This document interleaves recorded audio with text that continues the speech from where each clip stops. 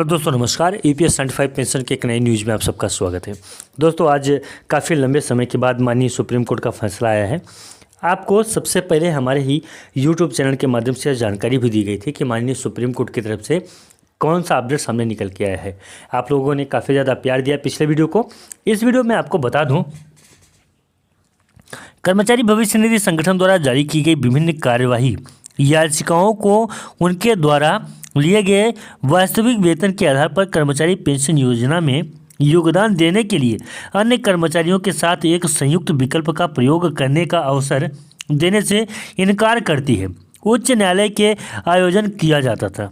Supreme court ने 2019 में उसी के खिलाफ EPFO की अपील को खारिज कर दिया था, लेकिन समीक्षा याचिका में बर्खास्तगी के आदेश को वापस ले लिया गया है और मामले की एक खंडपीठ ने फिर से सुनवाई की है। सुनवाई में क्या हुआ है वो भी जानकारी मैं आपको बता देता हूँ पूरी तरीके से। EPS 95 पेंशनर्स के बारे में क्या बातें हैं। कर्मचारी पेंशन संशोधन 2014 की योजना को बरकरार रखा गया है, लेकिन कर्मचारियों को लाभ पहुँचाने के लिए इसको पढ़ा गया है। यहाँ तक समझ लीजिए, जिन कर्मचारियों ने असंशोधित योजना के पैरा 11/3 के तहत विकल्प का प्रयोग किया और जो 1 सितंबर 2014 को सेवा में थे, वे योजना के संशोधन पैरा 11(4) द्वारा शासित होंगे।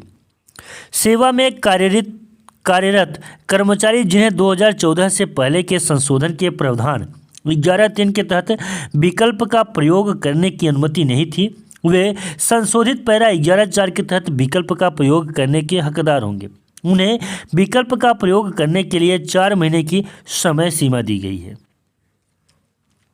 इसी प्रकार आर्थिक गुप्ता में कोई कट ऑफ तिथि नहीं हो सकती है। इस फैसले को बरकरार रखा गया है।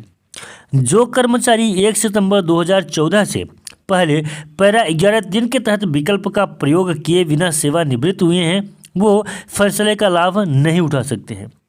पैरा 11(3) के तहत विकल्प का प्रयोग करने के बाद 1 सितंबर 2014 से पहले सेवानिवृत्त होने वाले कर्मचारी पूर्व संशोधन योजना द्वारा शासित होंगे।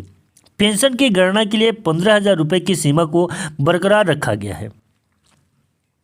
तो यही वो अपडेट थी, वही वो जानकारी थी जहाँ पे मुख्य रूप से जो EPS 95 पेंशनर्स के लिए ज़रूरी बातें थी, वो ज़रूरी बातें यही थी। और ये बातें मैंने आपको पहले भी बताई थी, अभी भी बता रहा हूँ, और आगे की भी वीडियो के माध्यम से मैं आप तक जो जानकारियाँ सामने निकल के आती रहेंगी, उन जानकारियों की अपडेट्स देते रहेंगे।